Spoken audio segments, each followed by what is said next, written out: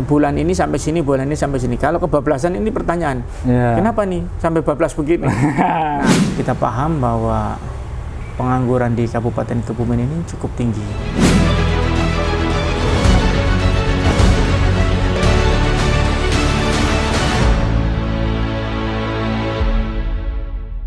Selamat pagi, salam sejahtera untuk semua.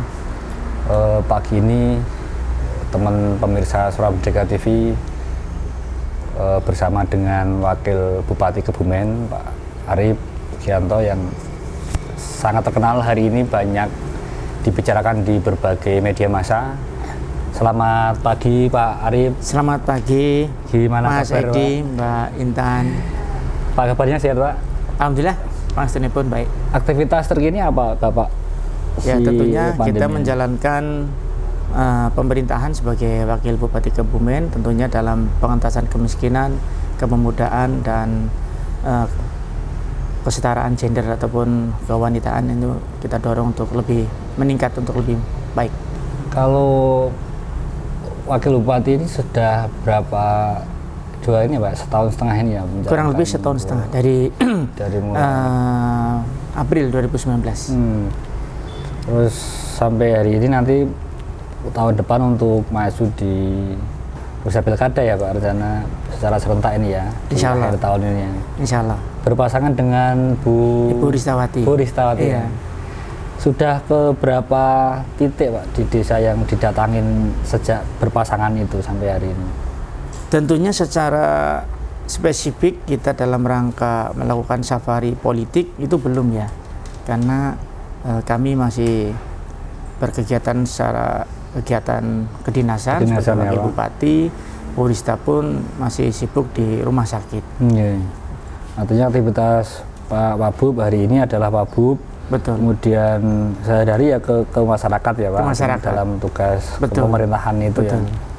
Berapa bulan Pak Arif di ini pemerintahan itu sudah ada 2 tahun belum ya Pak? Belum, 1 tahun lebih lah, 1 tahun lebih, 1 tahun setengah mungkin. Program Bapak yang jelajah desa kemudian banyak dikenal penyaluran CSR itu masih berjalan sampai hari ini? Masih cukup baik kita berikan, seperti kawasan pohon durian di daerah utara, di daerah Sadang ini juga digelontorkan ke sana 5 miliar. Kemudian kita mangrove di Logending kita turunkan juga di sana. Kemudian juga untuk tukik yang penangkaran penyu, penangkaran penyu di daerah Jogosimo ini juga insya Allah akan ada bantuan lagi ke sana sekitar 350 juta.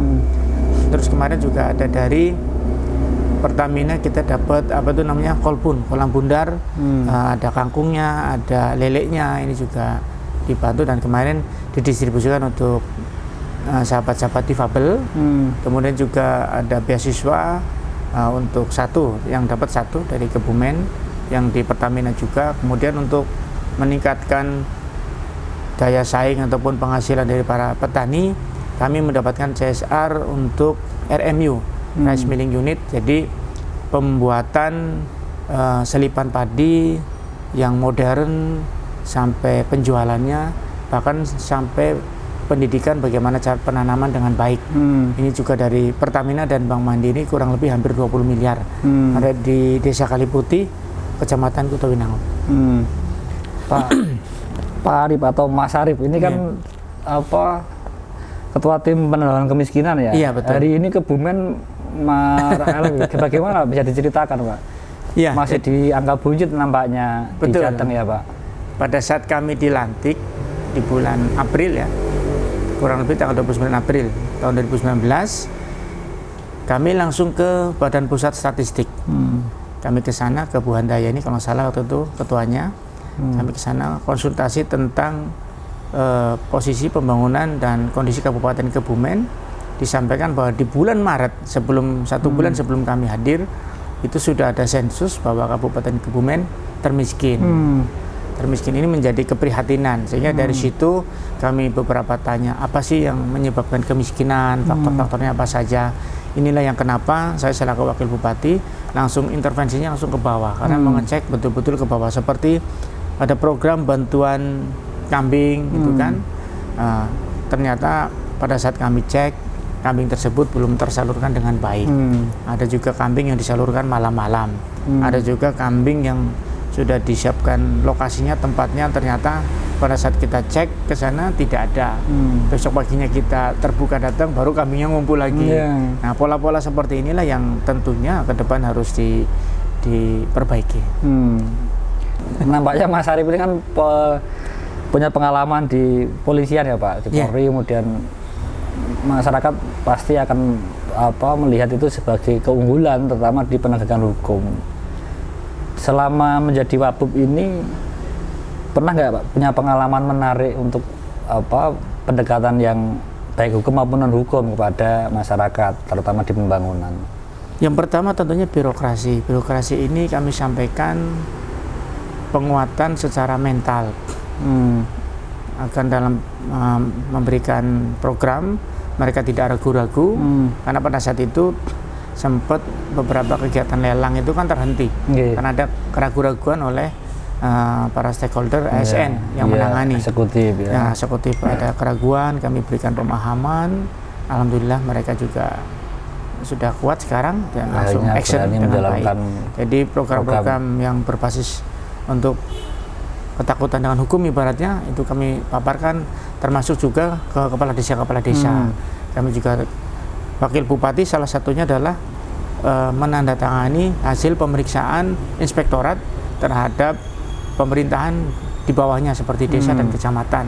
Ketika kami temukan beberapa temuan hal tersebut, kami langsung datangi ke desa-desa setempat, kepala desanya kita ajak komunikasi, kasih pendampingan gitu ya, betul, karena kita memahami kepala desa untuk menjadi kepala desa juga dari berbagai macam kultur tentunya kan. Ada sebelumnya pekerjaan apa, ataupun sebelumnya mungkin sudah di pemerintahan tidak begitu kesulitan, tapi yang sebelumnya wira swasta ini kan harus ada pembinaan ataupun ada pendampingan. Nah, ini kami temukan beberapa hal tersebut sehingga kami hadir langsung ke kepala desa ya. Dan itu sudah berapa bulan berlangsung pendampingan yang secara sejak awal action tadi Pak? Sejak awal kami kumpulkan langsung secara keseluruhan pertama, terus kami datang tiap-tiap kecamatan karena tidak memungkinkan kami hadir satu desa satu ya, kecuali desa tersebut ada temuan yang signifikan, itu langsung kepala desa tersebut yang kami temuin. Misalkan ada pembangunan X yang harusnya dibangun, ada temuan cukup signifikan sehingga kami hadir. Ada apa itu?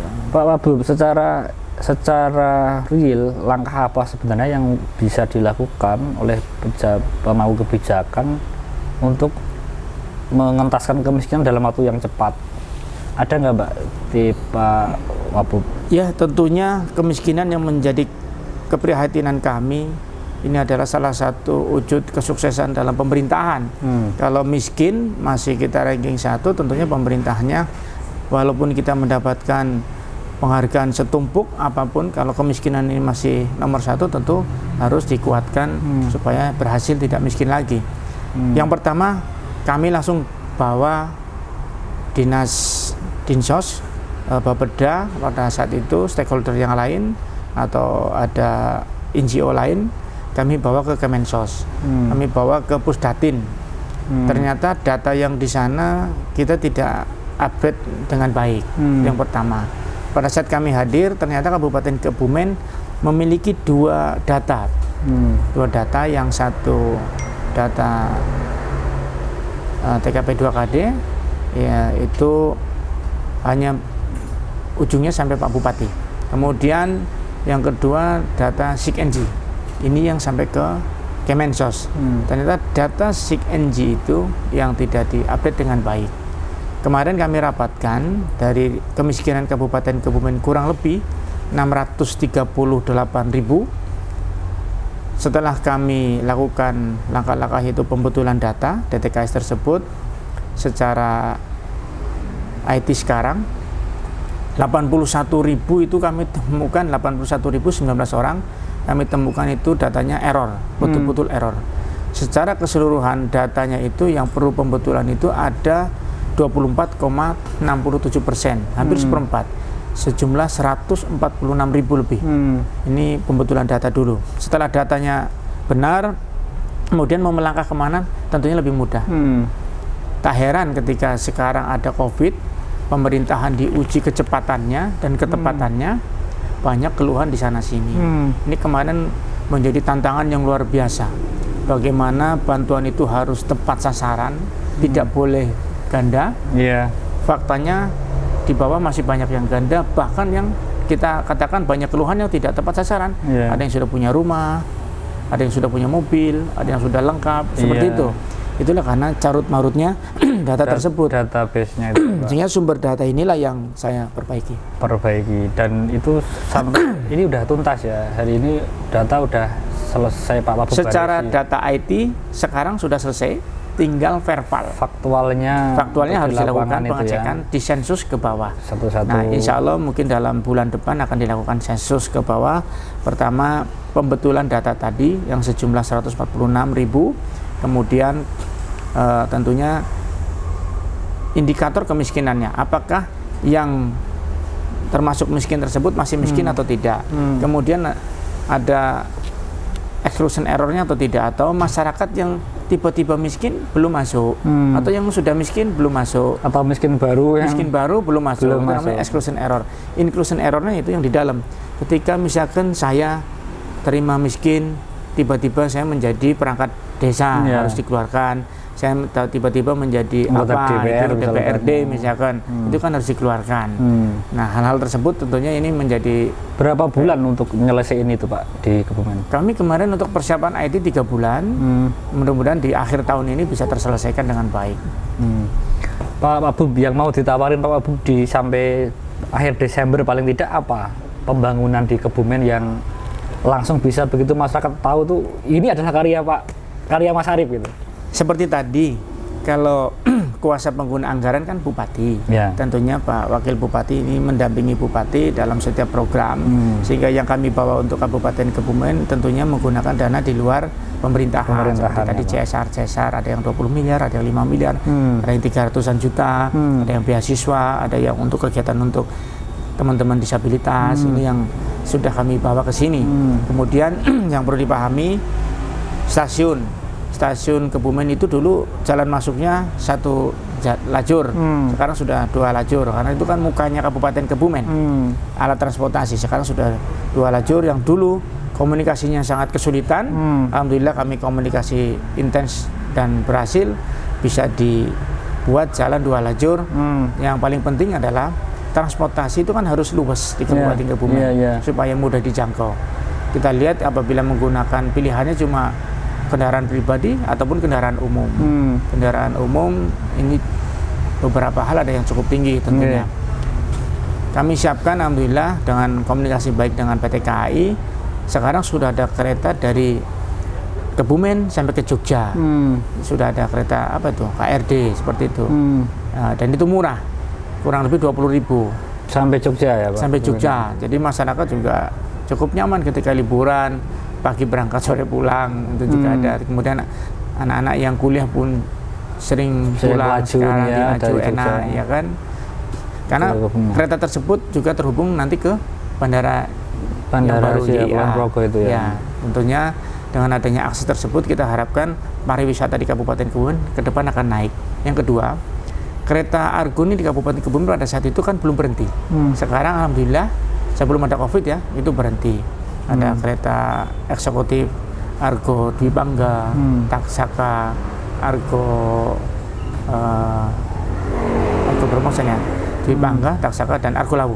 Argo Lawu ini sudah berhenti di Kabupaten Kebumen. Alhamdulillah, baik itu ke barat maupun ke timur berhenti. Itu salah satu transportasi itu yang akan mendukung ekonomi maupun pariwisata di Kebumen ya Pak. Kemudian komunikasi dengan instansi lain seperti perhutani. Kita ada pembuatan jalan yang menuju ke utara itu terkendala dengan perhutani. Alhamdulillah dengan komunikasi baik, perhutani bisa memberikan rekom. Kemarin udah MOU itu ya sama Polres juga itu ya Pak. Polres. Kalau untuk kami sebelumnya kita sudah intens agar jalan itu bisa diberikan rekom. Alhamdulillah sudah diberikan rekom, tinggal untuk ngurus yang lain. Jadi secara komunikasi dengan perhutani cukup baik, dan alhamdulillah kita lihat Pokdarwis, tempat-tempat kelompok wisata di desa-desa sekarang tumbuh, memanfaatkan lahan-lahan daripada perhutani tadi. Kalau sebelumnya kan kita lihat perhutani ya hanya pohon pinus dan ilalang. Seperti kemarin kita lihat coba di desa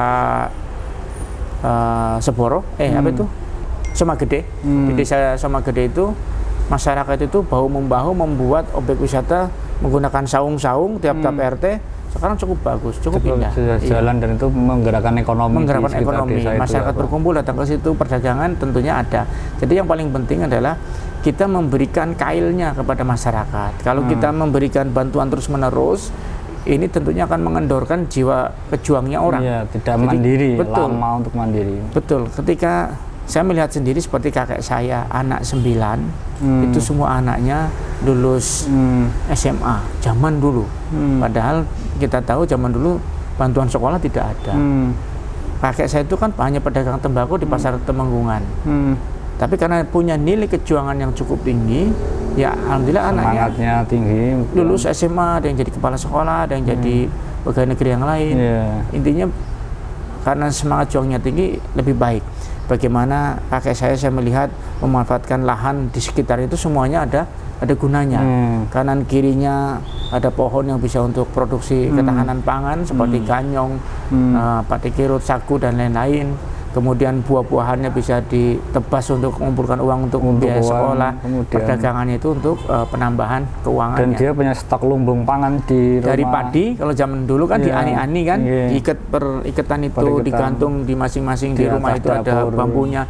Dia hitung bulan ini sampai sini, bulan ini sampai sini. Kalau kebablasan ini pertanyaan, kenapa nih sampai bablas begini? Nah, itu harus diganti dengan makan yang lain seperti sagu ataupun yang lain. Dan ilmu itu akan dipakai Pak Bu untuk untuk masyarakat itu tentunya kita harus memberikan kail kepada masyarakat supaya ketahanannya baik. Seperti hanya misalkan kita siapkan satu lahan, kita rapikan, misalkan seperti rest area. Di situ ada pom bensin mini, ada kios-kios untuk perdagangan hasil bumi setempat, ada jambu kristal, ada pepaya dan lain-lain, manggis tentunya di situ. Kemudian masyarakat mudah mengakses ke situ, masyarakatnya juga mendapatkan penghasilan, kemudian juga tidak tergantung oleh bantuan-bantuan. Siap. Silakan Mbak Intan. Mbak Intan tuh mau ngobrol tentang hobi Bapak, keluarga bagaimana. Silakan, Bang. Pak, boleh tahu nggak sih aktivitas Bapak di luar pekerjaan? Di luar itu seperti apa? Ya kalau sekarang konsentrasinya tetap pemerintahan.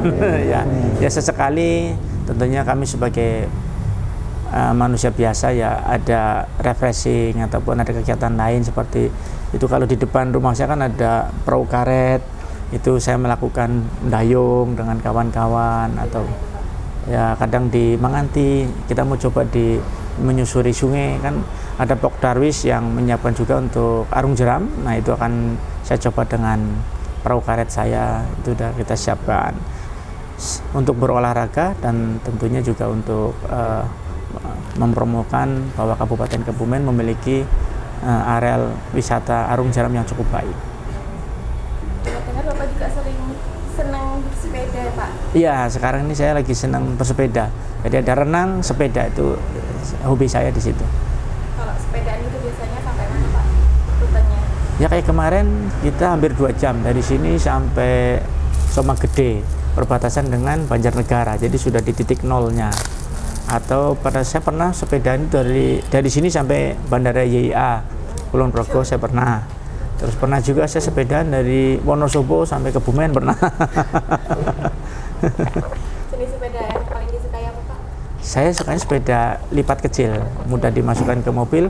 Ketika saya ada kegiatan ke masyarakat, sering saya turun terus naik sepeda kemana, atau selesai kegiatan saya pulangnya naik sepeda. Ada nggak Pak merek sepeda yang disukai gitu? Brompton pasti ya Pak. Saya dulu pertama kali punya sepeda lipat itu merek Dahon. Terus saya punya merek lain. Sekarang ini saya pakai selain Dahon ada Polygon, ada juga Brompton. Kalau sepedaan gitu sering di loading di part gitu nggak Pak? Ya. Kalau sampai tadi sampai Wonosobo itu dilipat gitu atau? Biasanya begini, dari sini saya cek dulu daerah-daerah Kabupaten Kebumen ke Sadang kan dekat Wonosobo. Kemudian saya sampai Wonosobo saya buka, baru kita sepedaan. Biasanya sama ajudan berdua. Sama ibu juga sepedaan? Kadang-kadang karena punya baby jadi jarang sekali, hanya kadang-kadang. Saya pengen tahu nih Pak, kan Bapak maju di Pilkada. Iya, Mbak Intan. Saya sebagai generasi milenial, kalau strateginya Bapak buat merangkul generasi milenial di orang Kebumen ini seperti apa Pak? Milenial sekarang ini kan cukup hebat ya. Mereka itu peduli dengan perkembangan zaman, teknologi. Nah, ini yang harus dimanfaatkan oleh pemerintah, bahwa dengan teknologi ini masyarakat walaupun dia ada di rumah bisa menghasilkan. Contoh kayak Pol APK. Kemarin juga sering saya ajak komunikasi, kita minta untuk membuat film. Jadi walaupun Pol APK itu di Sadang itu sekarang ini daerah termiskin di Kabupaten Kebumen. Tapi karena kreativitas dari Pol APK, masyarakat bisa terkenal di sana, orang ingin tahu apa itu Sadang, kemudian juga ada penghasilan untuk masyarakat setempat. Jadi insya Allah untuk teknologi yang digandrungi oleh milenial ini yang tentunya kita cukup baik di Kabupaten Kebumen ini harus didorong dengan baik. Sering saya ajak komunikasi mereka untuk berkumpul di rumah saya, seperti halnya akan saya dorong misalkan trading yang menggunakan IT. Kemarin kita bicarakan baik itu menggunakan yang sudah terkenal ataupun membuat sendiri, harus kita support dengan baik supaya juga bisa membawa perekonomian Kabupaten Kebumen naik. Jadi bagaimana lelang atau penyedia jasa itu tidak usah datang lagi ke toko ataupun ada hal lain, cukup semua toko masuk ke sistem tersebut tentunya sudah punya kapabilitas yang baik sehingga para yang membutuhkan barang seperti misalkan kecamatan A, dia harus wajib menggunakan peralatan yang disiapkan oleh toko-toko setempat. Kan itu bisa diatur kalau menggunakan sistem ya, menggunakan sistem teknologi itu kan, oh ini toko untuk kecamatan A, kecamatan B, sehingga kan pemerataannya lebih baik. Selain itu Pak, seperti apa yang Bapak lakukan ke... Informasinya drone juga ya Pak? Pak Wabu itu ngedrone apa? Saya kurang pekerjaan apa gimana? Enggak, kadang-kadang kalau lagi hobi saya pengen ngedrone aja untuk iseng-iseng. Hobi ngelihat dari atas Kebumen seperti apa. Kadang-kadang punya, ya? Biasanya di mana? Ya kadang di Ambal, kadang di Sadang, kadang di Alian, di mana saya kepingin melihat dari atas, mungkin menjadi inspirasi bagi kami. Tentunya saya melakukan drone ataupun foto-foto kita juga ada. Ya, seperti yang digunakan Roda itu saya punya. Oke, kita jeda sejenak. Nanti kita lanjut sesi kedua masih bersama dengan Bapak Arif Sugianto, Mas Arif, Wakil Bupati Kebumen.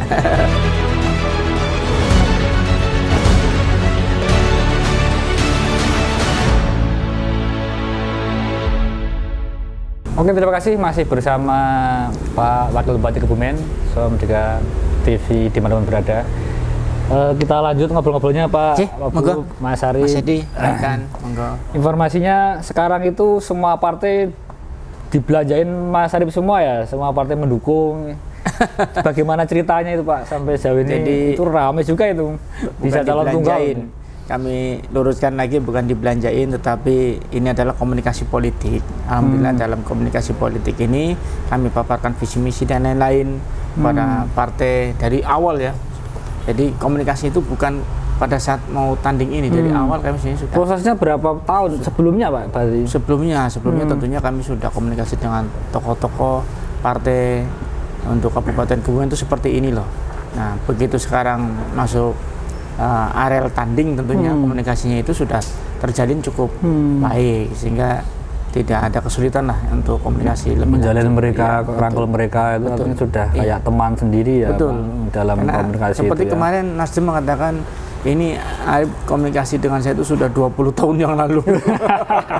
Berarti teman duluan itu. Ya, P3 juga mengatakan ini Mas Arif itu sudah komunikasi sekitar 3-4 tahun yang lalu. Jadi memang dalam kehidupan kita itu kan bisa saling komunikasi, itu yang paling penting. Komunikasi baik, ketika ada hal-hal seperti sekarang tentunya tinggal melanjutkan saja, merajut yang baik.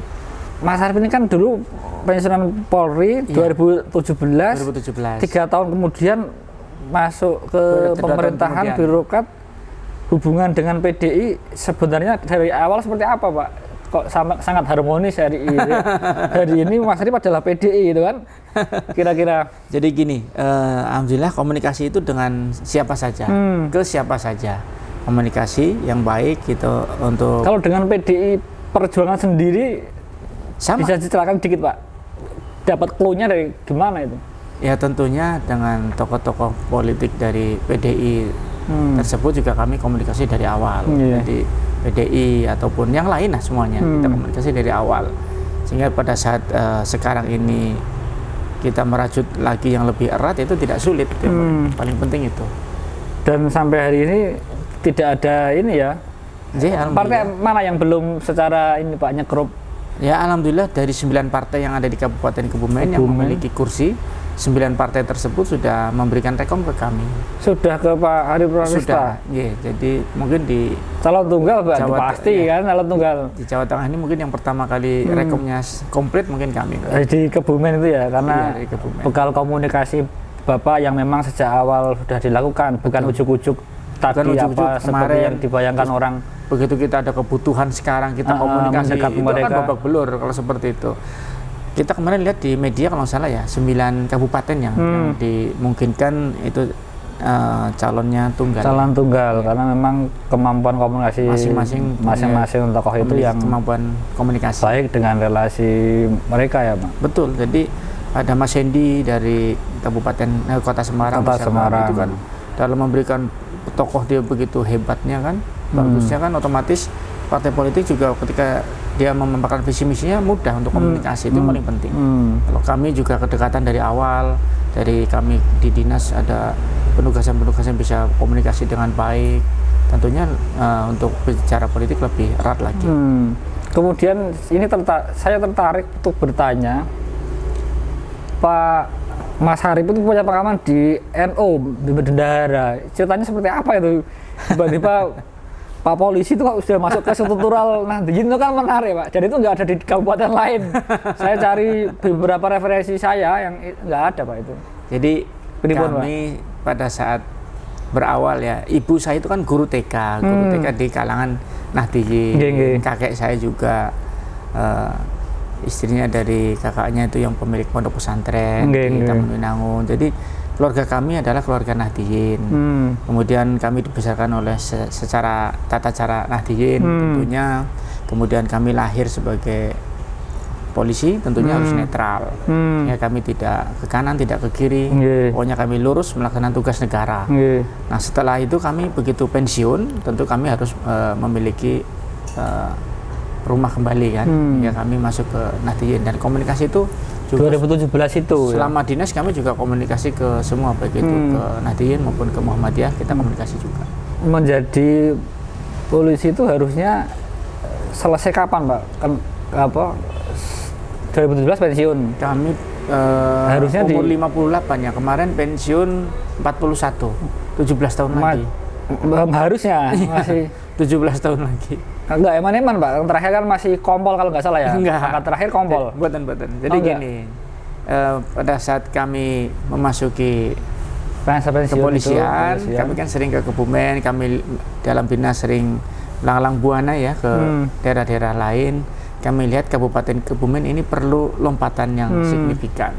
Kami hitung betul ritme-ritmenya, terus kami tekadkan bulat bahwa saya hadir ke Kabupaten Kebumen punya satu tujuan yaitu membangun Kabupaten Kebumen, langsung saya minta untuk pensiun. Apakah itu tidak penuh tantangan juga ketika kami pamit ke kedua orang tua saya kan masih ada. Saya juga mohon doanya, itu juga tidak langsung dijawab. Kaget juga ya Pak? Kaget juga. Anak kenapa tiba-tiba mau pensiun dari Polri gitu ya Pak? Jadi polisi itu kan kebanggaan dan macam-macam lah itu kan. Iya Bu, ini memang kebanggaan tapi tuntutan hati nurani kami ingin mengabdi di Kabupaten Kebumen itu kan secara khusus spesifiknya lebih jelas. Nah, kata orang tua saya nunggu istikharah dulu itu kan. Berapa hari itu Pak waktu itu? Bukan berapa hari, sebulan 2 bulan. Karena lebih senang jadi Polri mungkin anaknya ya, lebih bangga secara ini ya. Lebih 2 bulan lebih baru ibu dan bapak saya mengatakan apa yang dicita-citakan silakan. Yang penting tujuannya baik. Alhamdulillah. Waktu itu kami berharap pensiun di 2018, kurang lebih di bulan Maret waktu itu harapan kami. Tapi waktu itu jawaban orang tua kami itu di sekitar Agustus ya, sekitar Agustus 2017. Hari itu juga langsung saya ambil pensiun. Di 17 itu kemudian tekad pensiun Di 17 itu. Ya alhamdulillah dalam prosesnya juga komandan-komandan saya semuanya merestui. Yang penting ada restu dari orang tua dan arah tujuannya jelas. Karena kalau pensiun arah tujuannya tidak jelas, pasti kesatuan tidak akan mengizinkan. Ya, karena untuk mencetak satu anggota untuk kepolisian pengabdian tadi, kemudian memerlukan biaya yang cukup tinggi. Komandannya untuk mengizinkan tadi ya. Betul, diizinkan. Selain alasan pengabdian ke masyarakat, ada nggak saat itu terbersit untuk pensiun dini itu apa Pak? Selain itu saja. Itu hanya itu ya. Tidak kemudian ada hal lain. Betul. Mendorong Pak Bub untuk ayo saya harus kembali ke Kebumen. dan mengabdi untuk Kebumen gitu ya Pak. Kemudian ini kan partai semua ke Bapak. Ya. Kemudian berarti nggak perlu strategi lagi dong kalau tetap harus strategi diutamakan. Namanya pemilu itu kan satu paslon, dua paslon atau bahkan lebih itu kan semuanya secara undang-undang dibenarkan. Dibenarkan. Yang penting bagaimana cara kita mengkomunikasikan dan melaksanakannya. Sekarang ini kan alhamdulillah kalau secara rekom sudah di kami semua, tetapi tentunya masyarakat ini kan sudah memahami bagaimana pemerintahan, bagaimana calonnya. Nah, di sini justru saya harus bekerja keras menunjukkan ke masyarakat bahwa saya hadir di Kabupaten Kebumen betul-betul ingin mengabdi untuk masyarakat. Itu harus kita lakukan dengan cara ya memahamkan ke masyarakat. Ini loh pekerjaan saya, ini loh cara saya, ini loh visi misi saya, ini yang saya lakukan ini, yang sedang saya lakukan ini. Ini kan harus kerja keras. Ketika satu paslon itu bukan malah mudah, justru saya harus ekstra keras untuk memberikan pemahaman ke masyarakat bahwa pembangunan itu adalah membutuhkan eksekutif dan legislatif. Ketika ini kompak, ini adalah modal cukup besar, modal cukup baik untuk pembangunan Kabupaten Kebumen. Ketika pemerintahan itu terbentuk karena eksekutif dan legislatif kompak, maka akan langsung running pembangunan untuk Kabupaten Kebumen.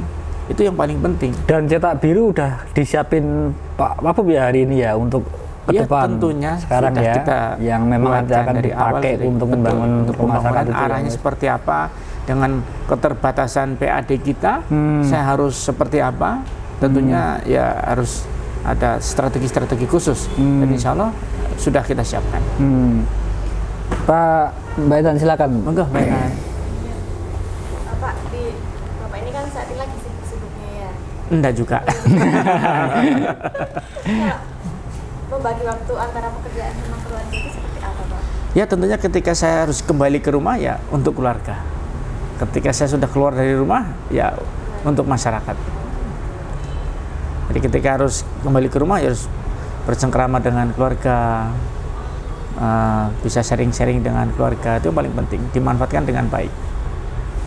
Pak, saya sebagai anak muda ini boleh tahu nggak sih Pak visi misinya Bapak itu seperti apa? Untuk milenial terutama Pak. Ini yang mungkin. Ya tentunya Kabupaten Kebumen kita paham bahwa Kebumen beriman ya, bersih, indah, manfaat, aman dan nyaman. Tetapi beriman itu tentunya mempunyai kandungan arti tersendiri. Di Kabupaten Kebumen banyak sekali pondok-pondok pesantren. Ini juga menjadi pondasi kedepannya dalam visi misi kami, yaitu sejahtera, mandiri, dan berakhlak. Ini yang menjadi jargon kami. Sejahtera tentunya masyarakat ini sekarang pendapatannya kan di bawah rata-rata, sehingga kita harus meningkatkan bagaimana sejahtera, kemandiriannya juga harus ada, bagaimana lapangan kerja tercipta dengan baik. Kita paham bahwa pengangguran di Kabupaten Kebumen ini cukup tinggi, kurang lebih mencapai 30 ribuan, 20.000 sampai 30.000. Nah ini kan PR yang lumayan cukup besar. Dengan adanya sekarang milenial kreatif sekali, ini yang saya dorong dari awal. Saya kumpulkan teman-teman dari milenial yang cukup kreatif. Sebenarnya pada saat itu seperti ada ekspor dan lain-lain, itu kawan-kawan saya di Jakarta sudah saya bawa ke sini. Cuma memang ada keterbatasan yang harus saya perhitungkan yang lain. Karena ketika hal-hal baru ini kan harus ada sosialisasi dulu ke masyarakat, ini loh arahnya. Jangan sampai ini hal baru, tujuannya baik, pemahamannya yang belum sampai, ini akan juga kurang baik. terus mandiri. Kita juga bahwa masyarakat itu harus betul-betul bisa berlepas diri dari bansos-bansos yang ada. Jadi bansos-bansos itu harus diberikan kepada kemiskinan yang dalam, atau istilah kata desel 1 maksimal desel 2. Jadi jangan sampai yang masyarakat itu bisa kita tanting dengan program-program bisa langsung tidak miskin lagi, tapi karena dengan bantuan nanti mohon maaf jadi cenderungnya bisa menjadi kurang baik seperti malas dan lain-lain. Berakhlak tentunya, kesetaraan gender ini di Kabupaten Kebumen juga turun. Nah ini harus kita naikkan kembali, bahwa sahabat-sahabat kita yang perempuan ini harus kembali aktif, seimbang dengan para kaum pria, supaya ini juga bisa menjadikan SDM Kabupaten Kebumen kedepannya lebih baik. Terus kemudian tingkat KDRT cukup tinggi, penggunaan narkoba juga di Kabupaten Kebumen tercatat ada, bahkan AIDS juga ranking 1. Nah ini kan menjadi keprihatinan. Kalau akhlaknya baik, insya Allah itu semua kan akan berkurang. Kemudian ada konseling terhadap masyarakat yang akan menikah. Ini kan dipahamkan bahwa menikah seperti ini, membawa kapal sebagai nahkoda seperti ini, badainya seperti ini. Insya Allah dengan adanya konseling kita harapkan tingkat perceraian akan rendah, karena Kabupaten Kebumen tingkat perceraian cukup tinggi. Ya. Oke, terima kasih Pak Abu ngobrol-ngobrolnya. Ya. Selalu Suara Merdeka TV itu di penghujung kita punya 3 pertanyaan untuk kuis Pak, dan itu hanya dijawab, tidak boleh mikir terlalu lama.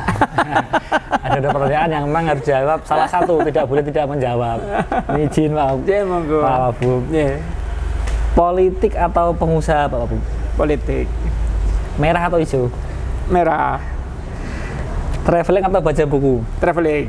Terima kasih. Pagi ini kita ngobrol-ngobrol bincang dengan Pak Abu atas waktunya, dan kita akan ikuti untuk sesi-sesi selanjutnya di Suara Merdeka TV. Assalamualaikum warahmatullahi wabarakatuh.